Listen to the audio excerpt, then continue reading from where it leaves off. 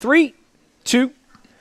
Welcome back. It is Baltimore Positive and WNST.net. We are at State Fair in Catonsville, where I was enjoying the fair, Don Mohler. Chesapeake today. You have something different every week. Well, they have 100 things on the menu here, so we're going to do that. This is the one you've been looking forward to. His voice is struggling. My voice is struggling. You're going to carry us today, Don Mohler. Tell us about it. Yeah, you never carry our guest, I'll tell you that much. It is an honor to really have with us today someone, it's a cliche, but someone who needs no introduction. That's Dr. Freeman Hrabowski, the renowned president of UMBC. Freeman, great to have you. Thank you, Don. Thank you. Thanks for being here. Thank you. We start, I guess, with the awards and honors, and I have them written out here. It really is mind-boggling, Dr. Hrabowski. Consistently the #1 up-and-coming university in the country by U.S. News and World Report. By the way, I got my hat. Nestor's got his hat on. It's got wrinkles in it, and I was thinking, but that's respect. That means I just didn't buy it. That okay. means you've been using it. I mean, Karinji gave me this hat probably about 97, somewhere around. Yeah. Is that right? Retriever Nation. So we've got you yourself were appointed by President Obama to chair his Commission on Educational Excellence for African Americans. Yes. Been a passion of yours forever. We certainly are going to talk about that. Sure. Can't think of anything being more important to Baltimore Positive than that issue. Sure. You talked about for every job there is. Secretary of Education, Chancellor of the University. I mean, they always want you to leave UMBC, but thank goodness you've always stayed. It goes on and on. One of America's best leaders, 100 most influential people, 10 best college presidents. We just go down the list. It's special. You're special. Tell folks who don't know a little bit about UMBC. I mean, we assume everybody does, but they really don't. Sure. Let me say 2 or 3 things, and there's no topic I love talking about more than that. You hear my voice because I'm so passionate about UMBC. The fact is we've got about 14,000 students. Most come from Maryland, but we've got kids from all over the world. A lot of kids from New York all the way down to this D.C. area. We are about half in science and half in humanities and arts. Kids get great jobs. The most important thing I can tell families is this. If your son or daughter comes to UMBC or whoever it is in the family, when they graduate, they won't have to come home and live with you. All right? We'll get them a good job. All right? Go to grad school, a good job. And the only other thing is that we care deeply about this community in Baltimore City, Baltimore County, this region, the corridor. We are committed to it, and there are so many people who have given their lives to focusing on building UMBC to be a treasure for this region. Well, for me, with you staying there so long, and I don't know you at all, and I must say, the two of you met when because there's a lot of relationship here, kind of like you've noticed. You don't know me. Right. I've known him since 1982. Wow. So if we seem a little comfortable, it's just because, and you guys are comfortable because of the Catonsville thing, right? I hadn't thought about it, Nestor, until you were talking earlier this morning. We were talking about Dr. Hrabowski becoming president in 1992, you turned to me and said, well, when did you become principal at Catonsville High School? And I said, geez, 1992. Same year Camden Yards was built? That's when Dr. Hrabowski and I met, ended up being on one of his advisory commissions. It's when I instituted my well-known rule that if Dr. Hrabowski and I are ever on the same program, I have one request. I never speak after Freeman. You always speak before Freeman. Do you have these speeches? Do you have some of them written when you pull a speech to give a speech?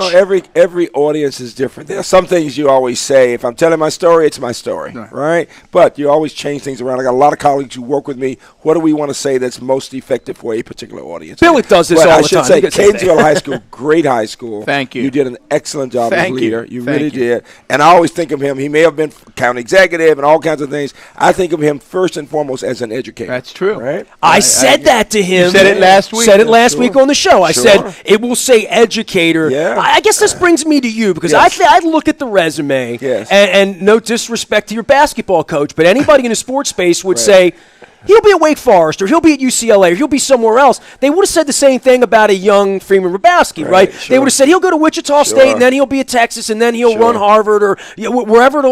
And you never left. I've never left Baltimore. Don's never left Catonsville. I mean, I think he moved the county seat to Catonsville for 7 months last year, right here to State Fair. But you've never left, and the notion of leaving, Pete Caringi's never left, right? There are people, and I had a chance to go live in Chicago, New York, L.A., and I never wanted to leave. I had my reasons. Give me your reasons for building something that, because you could have built 5 different things, but it wouldn't be the same as building one. You know, my reason for saying is the same as my friend Pete Caringi's reason. That is the people.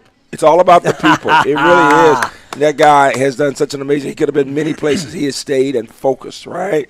Ryan Odom, the basketball coach, great guy and is focused. It's about the people. It really is. And so when you look at UMBC, you look at people who've been there for dozens and dozens of years. A lot of people who've been there 30 years, 40 years, and parents and alumni, they care about that place. When you feel that people care deeply, you can't help but care also. And life should not be about jumping from one place to another. I've been married 49 years, all right? And that's to the credit of my wife, not to my credit. And you didn't jump from one place to the other. She's my best friend in the world and my rock, She and God, I always say. But I say that to say we want to teach young people to stay the course, and make a difference wherever you are. Yeah. There it is. I want to jump back, if we can, Dr. Hrabowski, to something you said in the introduction. You talked about if you come to UMBC and you get this education, you're going to get a job. Yeah. Is that, from your perspective and your point of view, is it incumbent upon higher education to accept that responsibility? Sure. Let me start before I say that, because it's very practical and it's on the minds of families when the kid comes. But the number one goal of higher education is to prepare people to be good citizens, to know how to vote, how to think, how to tell the truth, how to work with other people, how to get to know people from all kinds of backgrounds. We got kids from 100 countries on our campus. Every possible religion you got. And so teaching them how to work across the boundaries and to respect people who are different with different points of view. That's a part of what higher education should be doing. You start there. I mean, without that fundamental truth that we are preparing people to lead in a way that's compassionate, that believes that democracy matters, that the humanities and the social sciences help us to get grounded, and that we want to support people both coming from 2- and 4-year institutions and all types of backgrounds. That's the number one foundational point of higher education. Well, then after that, but can I get a job? Right? Well, why? If you have all that, you get a job. Yeah. You have all exactly that. Right. I want to hire you. Everybody wants to hire you. Because you can speak, you can write, you can work with other people, you can think well. Okay, and I'm talking as a mathematician. I'm trying to get, all my life, I've wanted more people to love math, all right? Because math is at the foundation. Nestor said earlier he's math phobic, so help him out. By 10:30, I love math. I like it when it adds up at the end of the month. Yeah. When I see financial literacy. Spreadsheet. A lot of part. I mean, math at the foundation, financial literacy. We've got to help people know how to take care of whatever money they have, even as they get good jobs. But you know what's even more fundamental than math? Reading skills. If you give me a child who can read well, I can teach her to solve math word problems. You see, and if you want to be an accountant, or if you want to be a doctor or a scientist or an engineer, or you want to be able to handle money in your own lives, you've got to have that foundational thinking skills approach to looking at how you analyze problems. It's problem solving that's really critical. You mentioned just a minute or two ago, and it actually brought me back to a discussion you were having with one of your advisory groups maybe about a year ago. Yes. You were talking about an interaction that you had with some students on your campus regarding the current president and politics. Sure, and you were it was interesting because people always grapple. We know families are falling apart, friends. You talked about what you were trying to do in that conversation. Do you recall that? Yeah. My point to some of my students was, I love you regardless of who you voted for. I want you to vote. You have a right to vote for whomever you want to vote for, right? I love you. I want to talk with you, and let's just discuss what's happening in our country right now. So for me, leadership is never about just one person at the university or at any level. It's about all of us. That's the key, whether it's the mayor, the governor, the president, all of us. It's about all of us taking responsibility for how we perform, how we handle ourselves, how we interact with each other, and it's about the values. And so I've got a lot of students who voted for different people, and we can have good conversations knowing it's not about hating you. No, we're all Americans. We have rights to think differently. Let's just respect each other. So the line I like using is, we want to even agree to disagree agreeably. I want you to think about that. To agree, to disagree, agreeably or with civility. Just say, no, I don't agree with you. But it doesn't mean I got to hate you, right? Doesn't mean we're ready to fight. We just need to know how to do it. So my students at UMBC from every party, progressive, Democratic, Republican, will have speakers together from different points of view. And the idea is, here's somebody who's saying something that you don't like, and analyze it. Well, this is conflict management that when you're 5 years old, you're either taught to punch the other person or to shake their hand. Sure, and this is about parenting. This is about the community. This is what's acceptable in that moment when you're a child, literally, right? And we teach people, you got to win, you got to win, you got to win. Well, no. You want to understand. You want to seek the truth. You want to think about these things, right? And sometimes it's not even a right and wrong necessarily. Sometimes it is. Sometimes it's not. Sometimes the answer is in the gray. I would say one of our biggest challenges as a country is finding the common ground. We all care about children, for example. We know children need to know how to read. We know we don't want violence in our communities. We want people to have a good job. We want people to respect women. These are things we can all agree to, and we have to talk about those values and not get caught up in the mean-spirited nature sometimes when people just start beating up on each other. And that does nothing. We want to take the country forward. And because I have lived long enough to go through divisions before, coming out of the Deep South, I know we can do it. The most important thing I can say That's to my Baltimore students, positive. People kicking Baltimore around. And I'm like, cities come back. That's right. I told my wife this. The cities don't die. They come back. That's exactly they need good people, but they come back. They come back, and there are so many amazing people of every race in our city, in our county, in this region, right? We've got to believe in it. I tell people I've never met a Texan who didn't believe in Texas. I think it's the way they teach history. But my cousins. That's why I avoid Texas. No, but I say it in a very positive way. We've got to have that spirit about Baltimore. And Baltimore being all of us, the city, the county, this region. I think about the corridor. And so when you look out of you go to the roof of UMBC, you can see downtown Baltimore. We're there in Baltimore County, but I can point to the airport and say that's Anne Arundel County. I can say within 15 minutes you're in Howard County. All of us are right here. You can almost walk to these places, right? So we're not going to build walls at the edges of the counties? No, we're not going to do that, right? We're on it together. You stole my thunder because I was going to ask you, I was going to say, if anybody's been to meet with Dr. Hrabowski at UMBC, they've been to the roof. You allude to it there by showing around. Why do you take people to the roof? Because I want them to see how close we are to the city. People in the city would say, you're way out there in Catonsville. But I want people here to see there's our downtown right there. That's the big downtown, and we are connected. That's the B in the UMBC.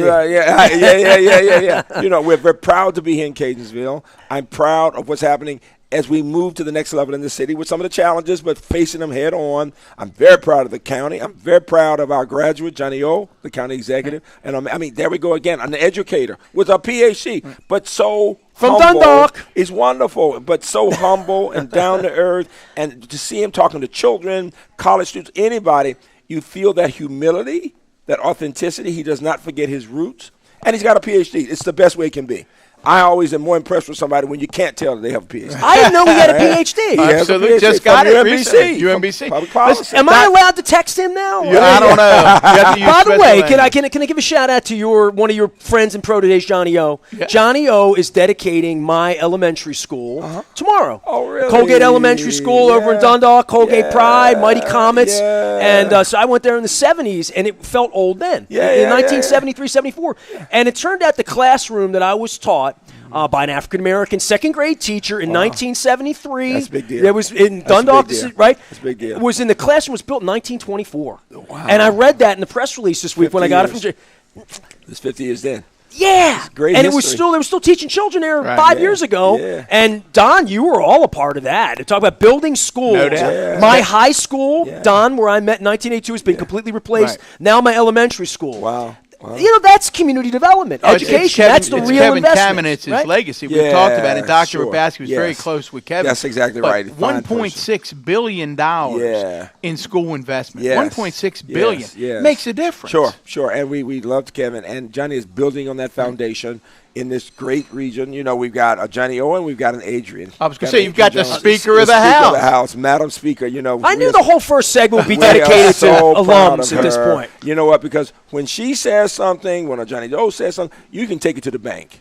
It's that authenticity, that honesty, that dependability, that trust that people have. When you have trust like that in elected officials, everything's going to be okay. What's UMBC's role in that as you see it? You know, if Johnny's sitting here, and by the way, we're sitting with Johnny, we're sitting with we're going to sit with all these people. And I'd love to say, how did it influence you? Because I went to UB. And I went to UB literally because I worked at the paper and I could get parking there. Literally, I went for the parking and it was down the street. So I went to UB, I got a degree, corporate communication. I don't know that I've been back. I don't have that allegiance to my school. People that go to UMBC, people are here wearing the hats. I didn't even go to UMBC. I love it. But what makes that part? What did they take from UMBC? I hope it's a sense of pride in education. That education changes lives. So I am going to write your president of UB and tell him to send you and ask you for a check. I'm going to do that. They do that. No, I'm going to have the president. No. Kurt Smoke ask you for a check. Wait a minute. I love Kurt Smoke. Get you back. I didn't even know Kurt was the president. Yeah. Oh my God. I'll sit with Kurt anytime. Because UB is a great school. The other thing I would say beyond UMBC is that we are so blessed to have so many great universities in this area. From Towson. Kim is amazing president, all right, to all the institutions in Baltimore, University of Maryland, Baltimore, University of Baltimore, the private schools. We got, Baltimore is a college town. That's what I should be saying. It is. You got 100,000 four-year students, 100,000 two-year students. Sandra Curtinitis is off the charts good. The Community College of Baltimore County is superb, right? Amazing. So that's a part of the strength of this area. You got these great educational institutions, and I'm very proud of the new superintendent coming into Baltimore County. Very proud of him. He's a graduate of my alma mater, of Hampton, and a math major. Right, I've known him from. You guys are joined at the hip, and a math major in Hampton. I just got to know from him last night, so I think he will do a good job. I think that the one who's right now, she has done a fine job. I want to give her credit for that. Lita's done a terrific job. Yeah, that's right. And so we've got that solid. And then the superintendent in Baltimore City is making a lot of progress. We are working with Lakeland Elementary and some other schools there in math and reading, and we have some of the fastest increases in scores in math and reading in the city. All right, so from the city to the county, we can talk about the hope that comes from the power of education. Well, speaking, let me jump, Nestor, if I can, because I was curious. Let me just reset. Dr. Freeman Hrabowski's here. It's Baltimore Positive, UMBC. We're at State Fair. I've already eaten the Benedict, so that part of it's over. we always have Frank Zappa and Prince. Prince is in every picture. Prince is in every picture. You see Prince in every picture. Purple Pride over here in the Ville. When I was looking, and you've written a number of books, and the theme, it appears to me, of every one of those books is African American achievement, inspiration that we've got to be able to get young people of color to understand the importance of education. So let me say this, because I'm very proud of what we've done with minorities and African Americans on our campus, but we use the term inclusive excellence, all right? What does that mean? That means my students come in all races, all backgrounds, and they are doing well in science, in psychology, in the humanities, in the arts. And it is significant. What we say is this. When people hear about the minority pieces, because so often minorities, African Americans, have not done as well, or they have major challenges academically, we have been able to show that when you create the right environment, you can help your African Americans who are going to get MD PhDs, but your white students, your Asian students, your Hispanic students. So inclusive excellence. I'm glad you included Hispanics. That's my group. Yeah. So I mean, we got all these students. I don't know whether you're kidding or not. I am kidding, but we all come in shapes and sizes and colors. Right, because you got Latin Americans come in, Latinos come in all races. But they do. But here's the point I'm making: that I am delighted that people know we're doing well with our minority students, but I want them to know my white kids are off the charts good. My Asian kids, all these races, it's humankind for us. So the president of Clemson, who graduated from public schools in Baltimore County, got all 3 degrees from UMBC, sends for me sometimes. He's got, Clemson has his own jet. We're very proud of them. Is that Jim Clements? Jim Clements. Yeah. Towson University as well. He's just Where did he go to high school? That's all I want to know. I don't know. Baltimore County. It may have been Patapsco. It's one. No. It's one of those schools. God. My staff will look it up on it. But never Patapsco. They'll figure it out. But he is so proud to be from, and he is of course a working class white kid who comes and does so well. The head of applied physics lab at Hopkins has his PhD in computer science from UMBC. Well, you talked about the right environment. Yes. And again, we're always looking. Which out? Randallstown Jim High go to School. Jim Randallstown? Clements. Jim All right, Clements that's went to better. That's Randallstown. cool. University of Clemson, shout out Jim Clements, good friend. Nobody in Franklin's happy about that. And Jim Clements is one of the best college presidents in the world. And a good golfer. Did you know that? Good golfer, but he's a wonderful human. But a wonderful human being. A great guy. I'll talk good about his football team for now, just because you're here. He represents the best of UMBC and the best of our country.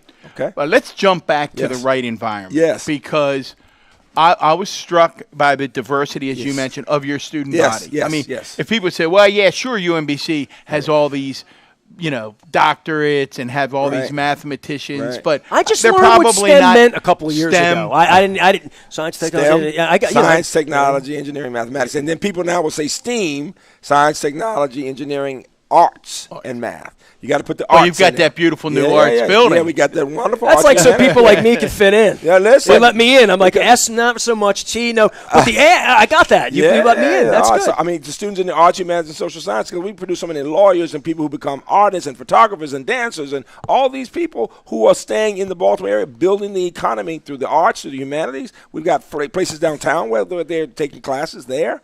So from marine biology to the classics. I mean, literally, we've got students in Greek and Latin. You'd be surprised. One of my students is now associate professor at Columbia University in New York, middle-class white kid from Baltimore County. Right? It's great stories. Yeah, no, it's amazing the success at UMBC, and with this diverse population, you mentioned the right environment. Yes. Describe for us and for our listeners, what does that mean? Sure, it's a great give question. us the elevator speech of the right environment. You need a place where people care about people, where students know somebody believes in them, where we expect the highest. If you get a chance, look at my TED Talk on success in science, but it's true in success in any area. Great expectation. I said 4 pillars of success. It's expectations. Got to have expectations for ourselves and for our students that we can do more. It is about building community where they care about each other. It's the idea that it takes scientists to produce scientists. It takes artists to bring artists into that work, right? Whatever you do, if you're working with an intern and you are a radio announcer, giving that person a chance to be a part of That's that. mentoring. That's exactly right, mentoring. And then finally, whatever you're doing, you have to evaluate it. How are we doing? Let's not assume we're doing well. Those are my 4 pillars of college success. And I say in science, but now I'm saying in life. I was going to say. In arts, humanities, but in life, those same things count. It may be much broader, and that may be a great spot, Nestor, to look at taking a break. Come back. I'm taking the whole second segment. I didn't even take notes, but I got like 3 things. I got a break. I got Dr. Freak. Before I forget what I want to talk to you about. Because I started the show without a pen, and I was going to read. I'll just take a break. We're at State Fair, Catonsville. We're going to get the doctor some more tea. We're going to get Don a towel here at this point. Towel him off for the second round. We're back. Baltimore Positive, WNST from Catonsville with the doctor. Part 2, episode 13. Lucky 13 coming up next. You guys are great.